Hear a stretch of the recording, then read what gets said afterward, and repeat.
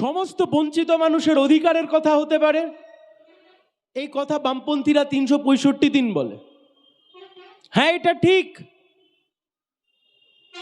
বামফ্রন্ট সমর্থিত সিপিআইএম প্রার্থী, বামফ্রন্টের প্রার্থী, দেওয়ালে লেখা আছে আমার নাম। বিভিন্ন দেওয়াল জুড়ে কমরেডরা লিখেছেন, আসন্ন লোকসভা নির্বাচনে কাস্তে হাতুড়ি তারা চিহ্নে সিপিআইএমকে ভোট দিন, সায়ন ব্যানার্জিকে ভোট দিন। দেওয়ালে সায়ন ব্যানার্জির নাম লেখা আছে, কিন্তু মাথায় রাখবেন একা সায়ন ব্যানার্জি এই নির্বাচনের প্রার্থী নই। আমরা প্রার্থী, আমি প্রার্থী সেই সমস্ত বঞ্চিত বেকার যুবকদের যারা প্রতি জেলায় কলকাতার বুকে হাজার হাজার দিন ধরে বসে আন্দোলন করে যাচ্ছে। আমি প্রার্থী সেই সমস্ত বঞ্চিত মানুষদের যাদের অধিকার মোদি আর দিদি মিলে শেষ 10 বছর 13 বছর ধরে যাদের অধিকার থেকে তাদেরকে বঞ্চিত করেছে। আমি প্রার্থী সেই সমস্ত মানুষের কোনো না কোনোভাবে এই রাজ্যের সরকার আর কেন্দ্রের সরকার তাদের জনবিরোধী নীতি তাদের জীবনে তাদের প্রভাব ফেলেছে। আমি প্রার্থী সেই সমস্ত মানুষের যারা মনে করে এই রাজ্যের সরকার এবং কেন্দ্রের সরকার যা করছে তা ঠিক করছে না।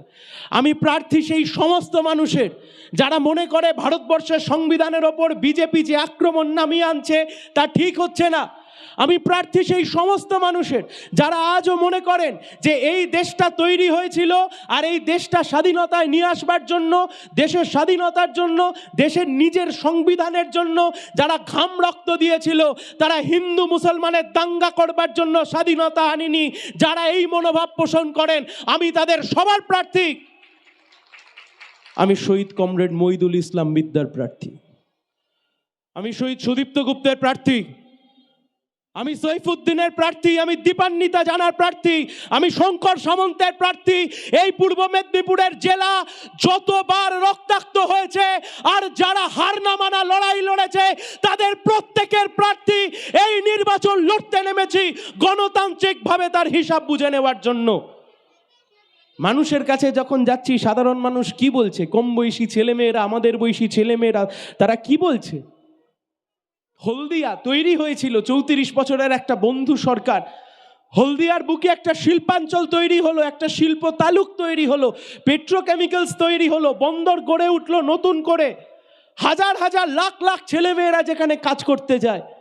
কিন্তু শেষ 10 বছর 12 বছর 13 বছর ধরে 2011 সাল থেকে তৃণমূল কংগ্রেসের সরকার, 2014 সাল থেকে বিজেপির সরকার কার্যত হলদিয়াটাকে শুকিয়ে মারছে, হলদিয়ার শিল্পাঞ্চল বেচে দিচ্ছে, হলদিয়ায় চূড়ান্ত শ্রমিকের ওপর শোষণ চলছে, হলদিয়ায় যে শিল্পের সম্ভাবনা আমরা তৈরি করেছিলাম তা কার্যত ভাসিয়ে দিয়েছে এই দুই সরকার।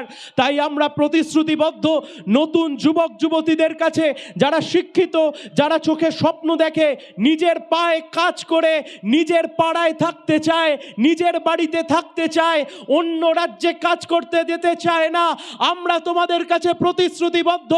এই নির্বাচনে আমাদের লড়াই হলদিয়া শিল্পাঞ্চল পুনরুদ্ধার করতে হবে। হলদিয়ার নতুন শিল্প, পূর্ব মেদিনীপুরকে নতুন শিল্প যদি না আমরা উপহার দিতে পারি, তাহলে এই বাড়ি ছেড়ে যে নতুন শিক্ষিত যুবক যুবতীরা, যে আমার বন্ধুরা, আমার সমবয়সীরা নিজের বাড়ি ছেড়ে যে অন্য রাজ্যে কাজ করতে চলে যাচ্ছে, এই যে ঈদ আসছে কিছুদিন পরে, এই ঈদের সময় হয় দূর থেকে ঈদের শুভেচ্ছা বার্তা পাঠাবে, অথবা অনেক কষ্টে দুদিনের ছুটি নিয়ে তবে ভিন রাজ্য থেকে এ রাজ্যের বুকে আসবে।